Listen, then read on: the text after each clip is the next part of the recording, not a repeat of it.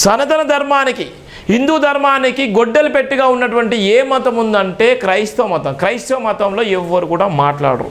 క్రైస్తవం మీద దాడి జరిగినా, క్రైస్తవులను చంపేసినా, క్రైస్తవుల గురించి ఇష్టానుసారంగా మాట్లాడినా ఎవ్వరు కూడా మాట్లాడరు. మిగతా మతాల గురించి పోతారంటే ఏ మతాల గురించి పోరు. ముస్లిం మతం గురించి పోతారంటే ముస్లిం మతం గురించి పోరు. సిక్కు మతం గురించి పోతారంటే సిక్కు మతం గురించి పోరు.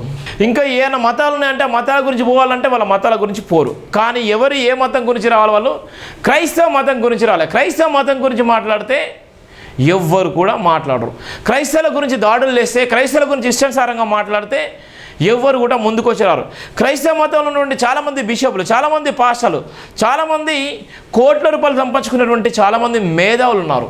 వాళ్ళందరూ కూడా బైబిల్ను అడ్డం పెట్టుకొని జీసస్ను ముందు పెట్టి జీసస్ ఆలోచన విధానాన్ని, బోధనలు చెప్తూనే క్రైస్తవ మతంలో నుండి అనేక మందికి బోధనలు చేస్తున్న తరుణంలో కష్టం వస్తే నిలబడలేనటువంటి పరిస్థితిలో ఉన్నారు.